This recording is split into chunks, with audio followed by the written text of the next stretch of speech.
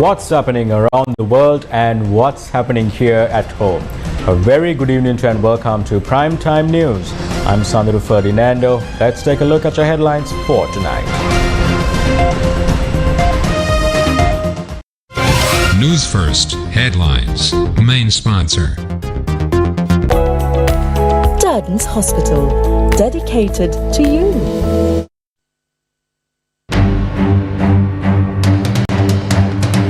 The government must stay away from business and profit-making state enterprises must be privatized, says MP Vajra Bevardhana.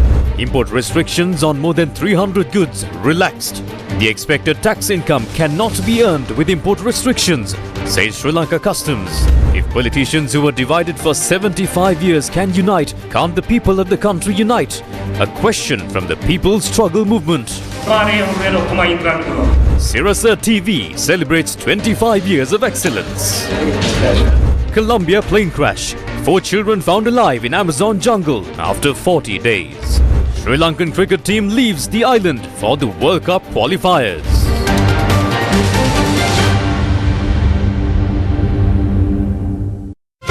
News First Headlines. Main sponsor. Durden's Hospital, dedicated to you.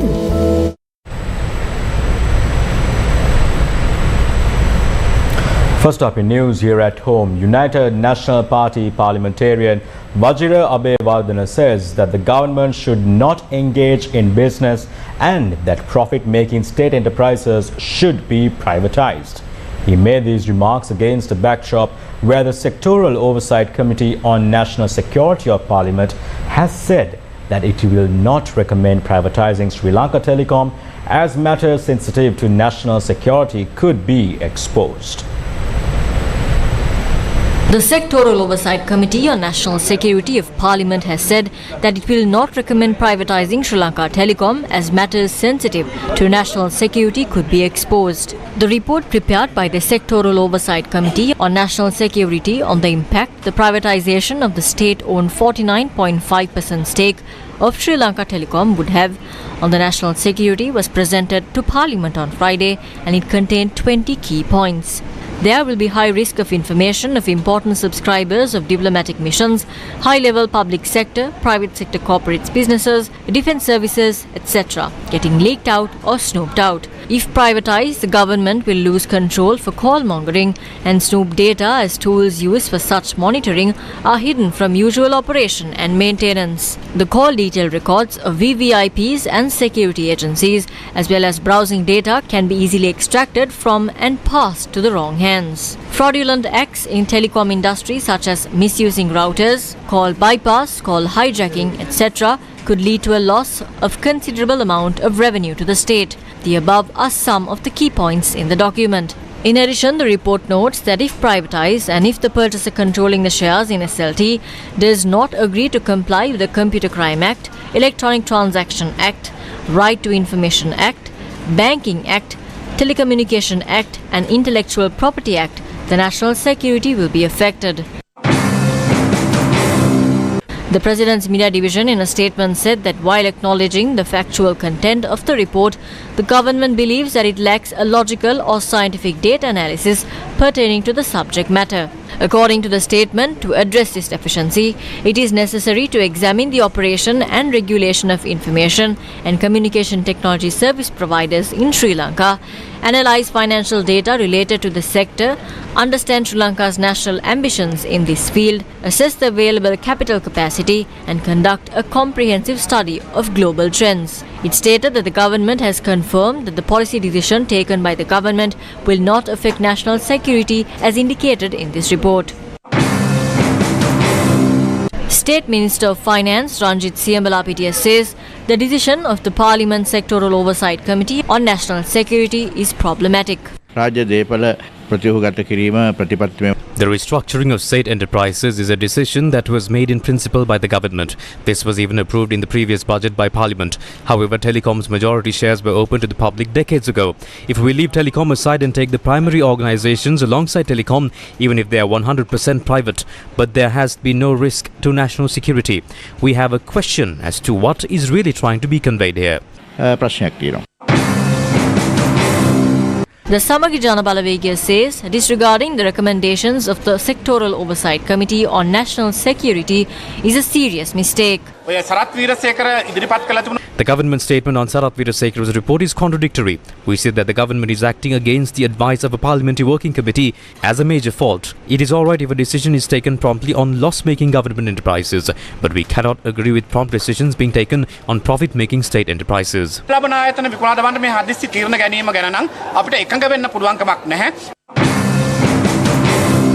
United National Party parliamentarian Vajira Abeyewardena says the government should not engage in business.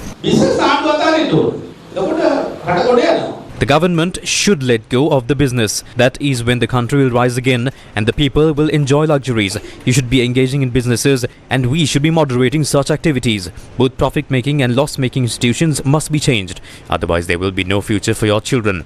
That is what President Ranil Wickremesinghe has spoken. The Frontline Socialist Party expressed the following views in this regard. Now who is in this sectoral oversight committee? Sarath Veerasekara and others. These are representatives of the government itself. If this is a risk to national security, what are you doing from within the government in this regard? Ranil Rajapaksa's government is protected by these ministers. This is not a genuine opposition to this. They are lying to the public. That is their intention. Former parliamentarian and Politburo member of the Jatika Jana Balawegya, Sunil Halnunetti, commented on the Ceylon Petroleum Corporation signing agreements with foreign institutions at a time when it's earning profits against a backdrop where the Sectoral Oversight Committee on National Security of Parliament has said that it will not recommend privatising Sri Lanka Telecom as matters sensitive to national security could be exposed. Look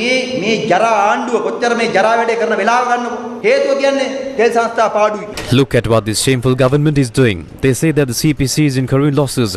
However, it is not the case. Following the implementation of the price formula of the IMF, the CPC has made profits worth 43 billion during the span of 4 months, beginning from January this year. The CPC is now making profits. I would like to most responsibly say that as per the annual reports of the CPC, when such profits are made, why are we selling to American, Australian and Chinese companies? The President should at least tell the people that these companies will bring in funds to the country. When dollars brought in by the government to solve the debt crisis at a time when those receiving the EPF and ETF are being inconvenienced, they did not. They are not bringing in any such dollars and are going to buy the filling stations in Sri Lanka. These filling stations are being sold at a time when 10 billion in profit is being made by the CPC. This is Kanchana Vijaysekara's work. What we understand through this is that they have no understanding on the depth of the issues faced by the people. ඒකෙන් තේරෙන වෙනවා කනේ මුන්ට මේ රටේ මිනිසුන්ගේ ජීවිත පිළිබඳව අනාගතය පිළිබඳව තාම්ප දොයිතුවක මායින් කිරීමක් නැහැ. මේක තමයි ඇත්ත. Sri Lanka's government has relaxed import restrictions on over 300 items, including electronic equipment, sanitary ware and food items. The new policy came into effect on Friday following a Gazette notification issued by President Ranil Wickremesinghe as the Minister of Finance, Economic Stabilization and National Policies.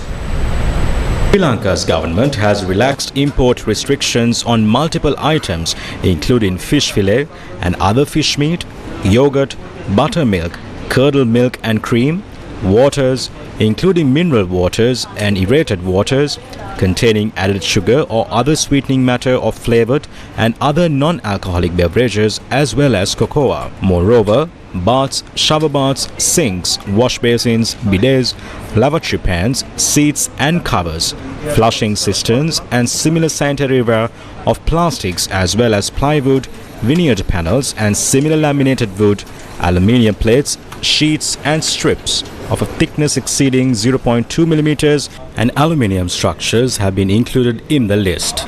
Sri Lanka's government also has relaxed import restrictions on storage water heaters and immersion heaters, microwave ovens, rice cookers, toasters, electric kettles, as well as wristwatches, pocket watches and other watches. Import restrictions were also relaxed for microphones and stands, headphones and earphones and audio frequency electric amplifiers. State Minister of Finance Shehan Sembasinghe expressed views regarding the relaxing of import restrictions on Saturday. හැබැයි මේ ආනයන සීමාවන් ලිහිල් කරාට පස්සේ අපි විශ්වාස කරනවා After relaxing these restrictions on the imports, we believe all the importers will act responsibly. This relaxation must not make a negative impact on the trade balance of the country. We have imposed restrictions on imports. We are implementing plans to relax these restrictions in a way that it won't create a negative impact on the economy and for it to create a competitive environment for business of the country. තරගකාරී මිලකට බාණ්ඩ මිලදී ගැනීමට පුළුවන් වාතාවරණයක් ඇති කරන්න අපි බලාපොරොත්තු වෙනවා. Customs officials say the revenue expected by the annual budget cannot be earned due to the restrictions imposed on imports. They made these remarks at the Sectoral Oversight Committee on National Economic and Physical Plans meeting at the Parliament. Your budget is 1,226 billion rupees. For the first quarter, you have only collected 221 billion rupees. Our question is that can you raise the expected revenue? It cannot be done from the current imports. We predicted the revenue we will be able to collect observing the current trends. We have collected 330 billion rupees in the past 5 months. If these tax policies are continued, we can only achieve 783 billion rupees. We will not be able to achieve that target of 1,226 billion without vehicles. That is the truth. People will import only if these products are sold in the local market.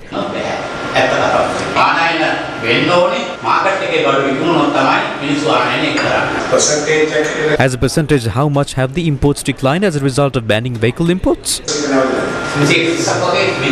Around 20% from motor vehicles. We would like to mention it is better to go for a credit line with the exporting country of the motor vehicles. We can ask for a grace period of 5 years or we can pay back in 10 years for a lesser interest. It means that we can even import a motor vehicle that is 5 years old, but we won't change the tax that's levied. So no matter if the vehicle is electric, levy the taxes based on the capacity.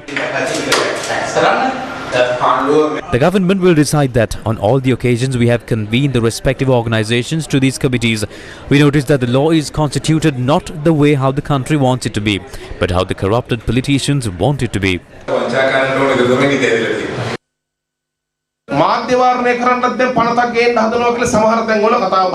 Various views are being circulated in society citing the government is attempting to introduce a bill to suppress media. I would like to advise you not to function based on these views. The current government has not tried to suppress media in any way. Talking about it like this at a time when an act is not even introduced is wrong. For many years, what we have done is criticize others while not fulfilling our duties as citizens.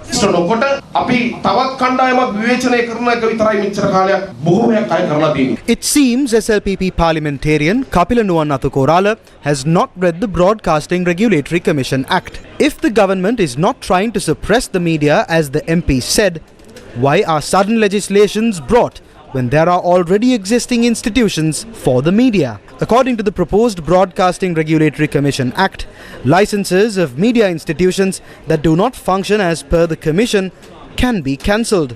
Is that not media suppression? As a public representative, are you making these statements with responsibility?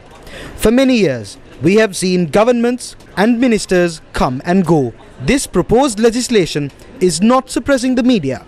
It is suppressing the people and the politicians. It is not the media that is affected by the Broadcasting Regulatory Commission Act. If this legislation is passed into law, both politicians and the people will lose the platform to voice their issues to the world. It would be much more appropriate if everyone understands this basic truth. The Citizens Movement to Protect Democratic Rights expressed the following views regarding the Broadcasting Regulatory Commission Act at a media briefing on Saturday. The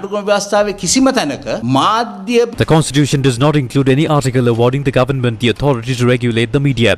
The public has given the media the independence to decide the criteria if media requires any discipline or any self-control. If that authority is awarded to the government, there will be autocracy and no democracy.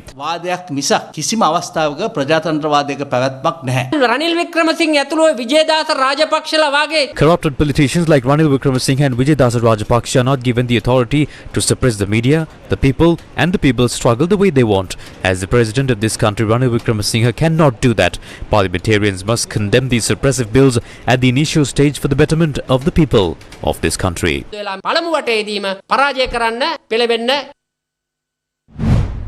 The following views were expressed at a conference organized by the People's Struggle Movement. The group of thieves are all together. If we all come together, we can get rid of that group of thieves once and for all.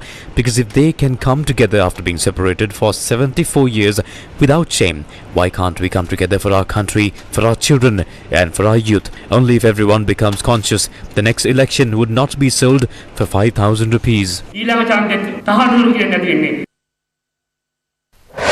News First with the people. President Ranil Wickremesinghe said that it is the aim of the government to maximize the contribution of tourism in order to achieve the development goals of the country. The president made this statement while declaring open the Culinary Art Food Expo 2023 on Friday at the BMICH premises in Colombo. Culinary Art Food Expo 2023 commenced at the BMICH on Friday. The event was organized by the Chefs Guild of Lanka, which showcases the talent and culinary artists from across Sri Lanka. What you have displayed here fits in with the growth policy of the government. The growth policy of the government includes tourism, and to double the numbers, the first stage, go up to 5 million. Secondly, increase the revenue per tourists, which means we have to now go to the high-end tourists. We have a large number of your human resources are leaving the country because it's far more attractive elsewhere. We have at least got to match Maldives in the remuneration. Otherwise, you can't run a tourist industry. We can't cater to government is good at supplying rations to the military bases. Beyond that is not our forte. That has to be done by the non-government sector, and we are certainly willing to help, but we will also help by starting one school, specifically maybe in Kandy for cuisine and culinary works. There has been a demand in the south. I think we can have one in Nuwara, maybe in Bandarwala or Ella, and one in Dambulla. We can help you to ensure you get chefs from abroad who has also had the experience to open it to ensure that the knowledge and the experience is passed on to the younger members of this profession. Secondly, I think we should have some system of grading our chefs. So why don't we have international standards and give a few stars? I'd like to see some of the private entrepreneurs coming forward. You can't develop tourist industry without developing the human resources. It's useless giving tax incentives for hotels if they haven't got the chefs to man the kitchens. So the government will willing to help you all and to work together. We'll most probably in the next 2 months announce our new policies, and you'll be surprised at what changes we are going to make. When a heart attack strikes, every minute makes the difference between life and death. With the right care and treatment at the hand of the most skilled surgeons and medical professionals. With the perfect environment for recovery. Darden's Heart Center, dedicated to you. Sirasa TV celebrates its 25th anniversary today.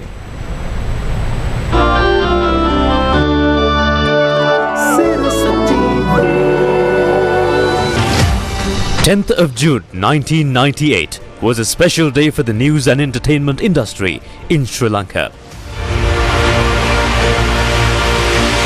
On that day, Sirasa TV took the airwaves, bringing a host of new experiences to TV audiences across the country, always standing with the people. Sirasa TV for more than 2 decades now has not only informed and entertained millions of households, but has also taken the role of a media organization to a new level. Breaking barriers and tearing down walls, it was Sirasa that gave a platform for ordinary Sri Lankans an opportunity to reach their highest potential through globally acclaimed entertainment platforms.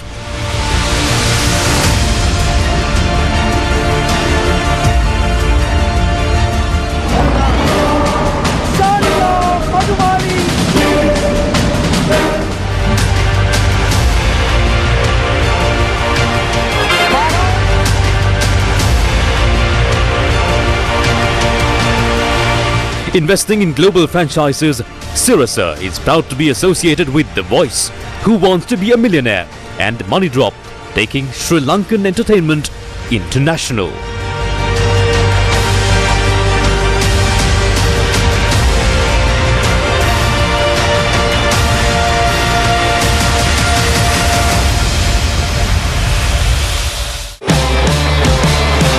The 5 million money draw.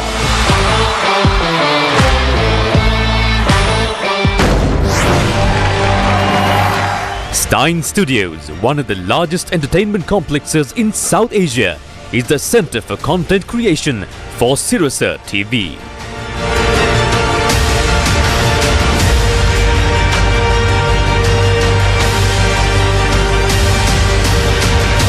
In its long journey, Sirasa TV has endured a multitude of challenges. On the 6th of January 2009, armed thugs broke into the MTV MBC studio premises in Depanama and carried out a heinous attack that attracted worldwide condemnation.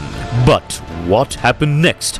Even when our equipment had been reduced to cinders, the limitless strength of our extraordinary staff enabled us to get back on the airwaves within a short period.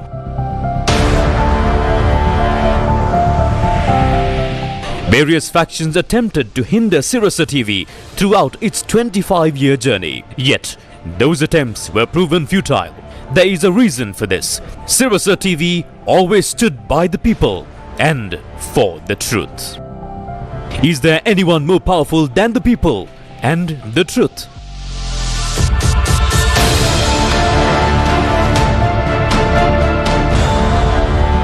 We recognize the support of the Sri Lankan people in this long and adventurous journey. We also remember the help given to us by other media networks when we most needed it.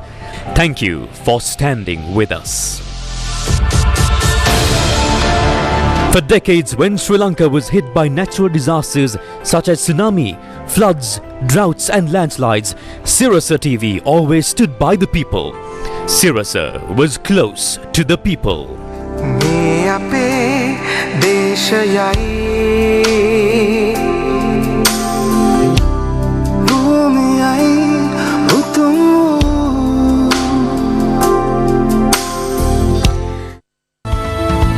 But perhaps what the audiences at home does not see is the hard work done by the Sirasa TV team behind the scenes. The engineers and the staff operating the broadcasting centers around the country must be mentioned on this special occasion. Sirasa TV programming is broadcast to the country through many transmission stations across Sri Lanka. The staff at these centers do not often come to the forefront, but without their dedication and commitment, our operations would be impossible. The Hantana Broadcasting Center, for example, is situated over 1,000 meters above sea level.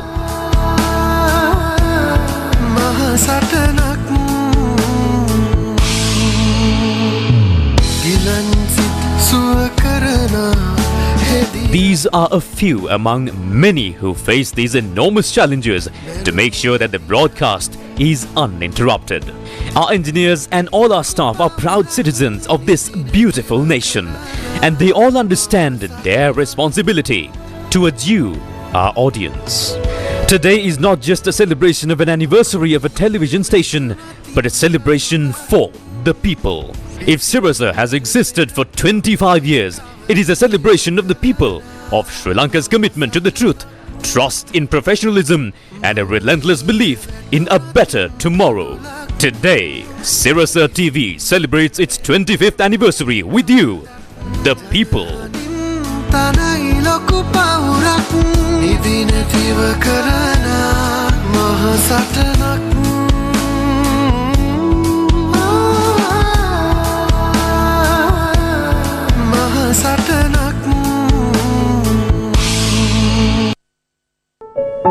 On the occasion of Sirasa TV's 25th anniversary, the largest studio at the Stein Studios, Ratmalana, was named after the former chairman of the Capital Maharaja Group, the late Mr. R. Raj Mahindran, with religious observances marking the occasion as well. Chairman of the Capital Maharaja Group, Sashi Raj Mahindran, along with the senior management of the company, attended this occasion.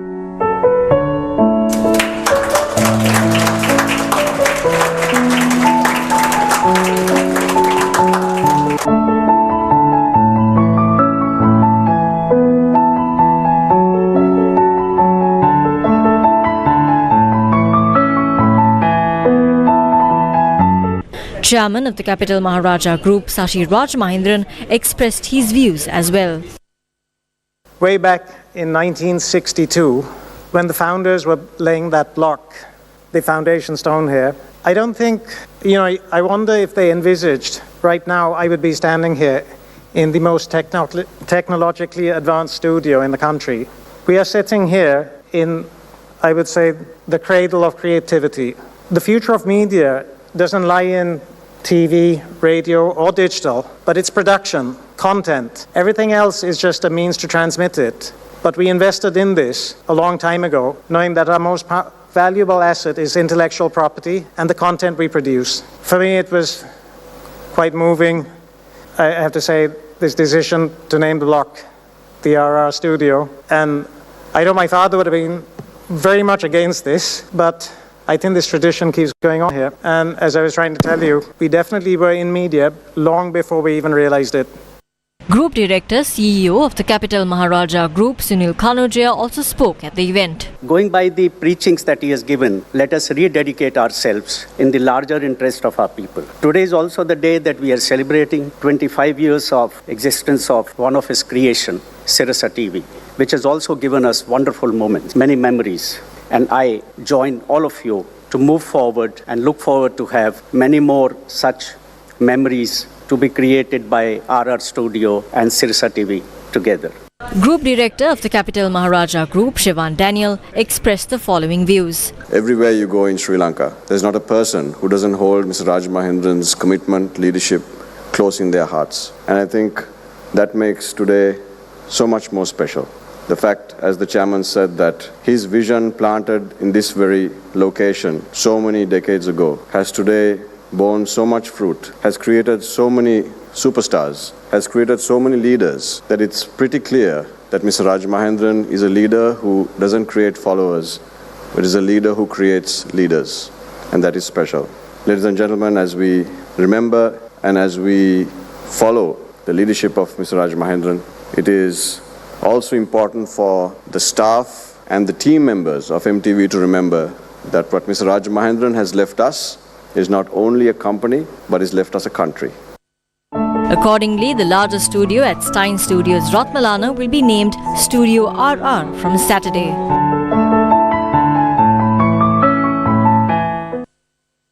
Fellow media channels have extended their wishes to Sirasa TV on the 25th anniversary via the prime-time news telecast and through social media handles. We express our gratitude to the senior management and staff of our fellow channels that extended their wishes to Sirasa TV on this special occasion, including the Rupavahini Corporation, ITN News Network and TNL. The prices of crude oil in the world market has reduced. This is in comparison to Friday. A barrel of Brent crude was at $74 and 79 cents. In the US market, a barrel of crude oil was stated as $70 and 17 cents. A pride parade collectively organized by LGBTQIA+ activists from Jaffna was held on Saturday.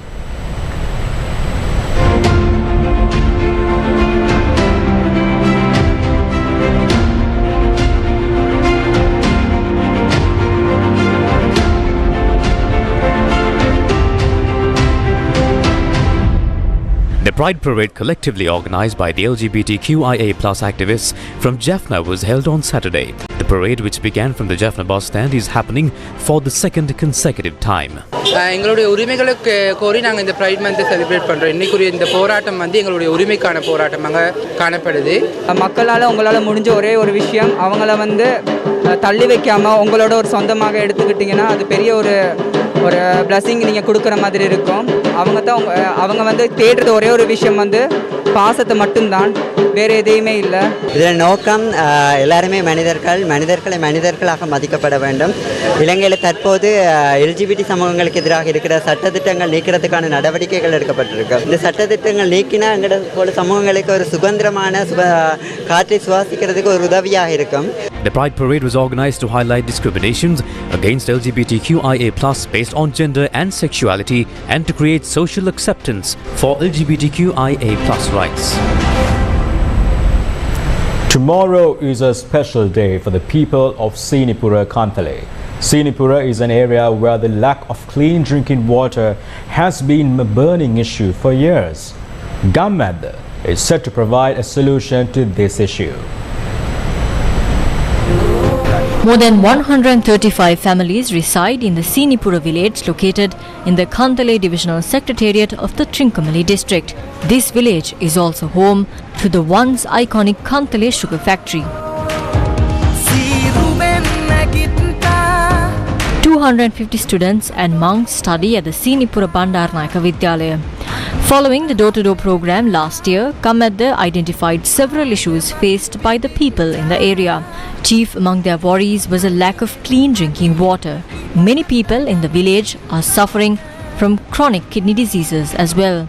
Paying attention to the woes of the public, Kamadda will begin the preliminary work of a water purification system. The project is supported by Transportation Lanka Private Limited. Through this project, which is to be completed with the technical support of the Sri Lanka Navy and as per the advice of the National Renal Disease Prevention and Research Unit of the Ministry of Health, Government expects to solve the issues of the lack of clean drinking water.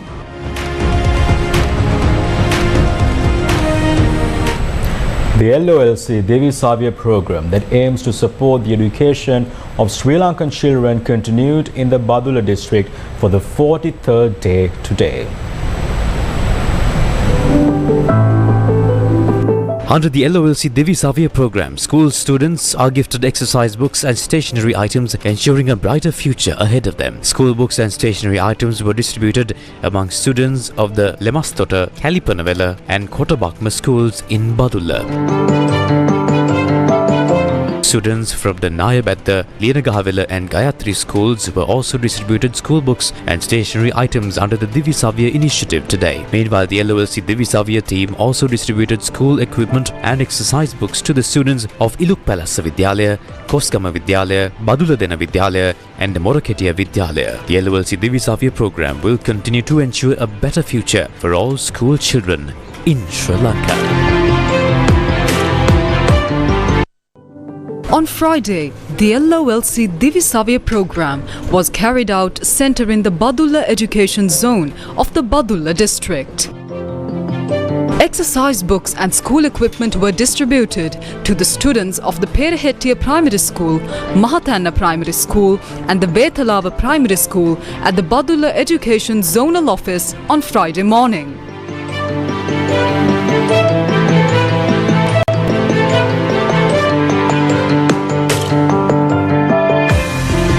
Exercise books and stationery items were also distributed to the students of the Anturuavela Vidyalaya, Alubogolla Vidyalaya, Vakkumbura Vidyalaya, Bevelhinna Vidyalaya and Udadompe Vidyalaya.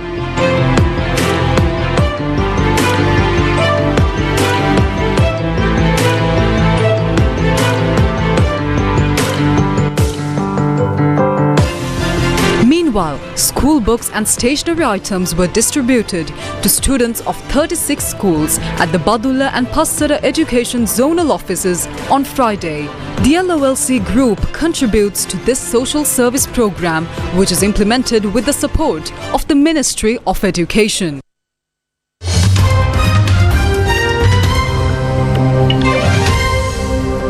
Former US President Donald Trump showed US military plans and nuclear secrets to guests at his home in Florida, including classified documents that he was keeping illegally after leaving the office of the presidency.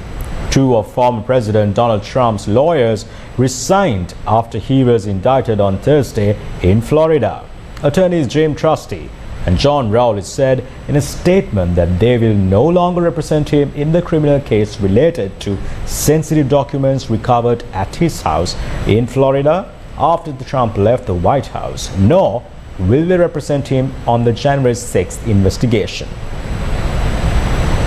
According to Charges the special counsel investigating allegations against Trump revealed on Friday that Trump has been charged with 37 counts, including obstructing justice. Classified documents were kept in boxes in a ballroom and a shower room, both of which were frequented by guests. Trump is due to appear in a federal district court in Miami, Florida, on Tuesday to be formally arraigned. It is not clear if he will be taken into custody. He would be escorted to the courthouse by the Secret Service bodyguards who guard all former U.S. presidents and handed over to the U.S. Marshals.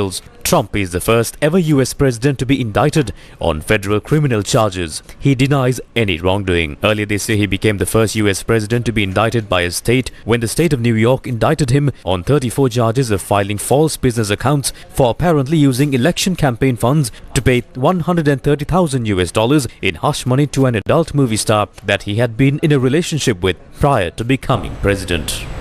Former UK Prime Minister Boris Johnson resigned from Parliament late Friday after an investigation found that he had lied to a parliamentary committee inquiring into Partygate, holding parties that he had hosted during the COVID lockdown period in contravention of public health requirements.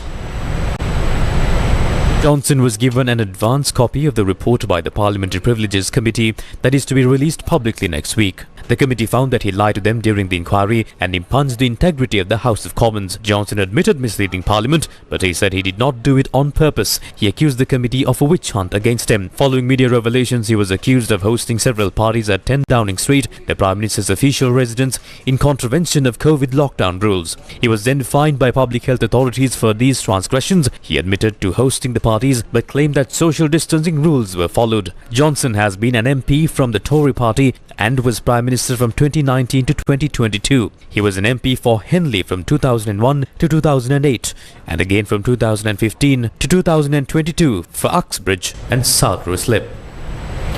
The country's president has said 4 children have been found alive more than a month after their plane crashed in Colombia's Amazon jungle. President Gustavo Petro said in a news conference on Friday night, quote, "They achieved an example of total survival that will go down in history," unquote. When rescuers reached the site of the plane's wreckage last month, the bodies of the 3 adults on board were found, but there was no sign of the 4 children known to have been on the plane. In a case that captivated the nation, local indigenous communities from the remote region, along with the Colombian military, then began scouring the jungle for the children aged 13, 9, 4, and 1. Petro said the children are, quote, weak and are receiving medical attention. The Ministry of Defense said in a news release that the children were initially treated by combat medics from the Special Operations Forces that had been deployed in the search, but that they have been transferred to the military base in the city of San Jose del Guaviare, where they were in stable condition. According to the statement, they will be transferred to a military hospital in Bogota tomorrow to recover.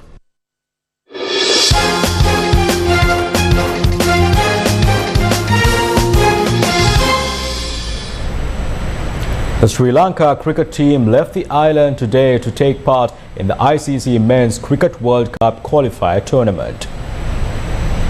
The team left the country from the Bandar Naik International Airport after engaging in religious observances at the Sri Lanka cricket headquarters. It's really a talented squad. The same players who played the last match are in the squad. I believe we are given a team that can do their maximum. Our team has the ability to adjust. I trust my team and I am not stressed. This is the 3rd time I'm taking part in the qualifier tournament. I played 2 T20 qualifiers. We should see how the sport of cricket has expanded across the world. There's no country that does not have cricket. Countries have developed. This is a challenge to us and I believe we will win this.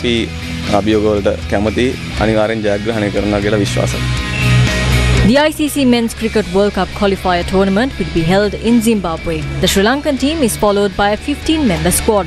Sri Lanka will play the first match against the UAE under the Category B on the 19th of June. And with that, wrap up news for tonight. Thank you very much for joining us. Do take care and good night.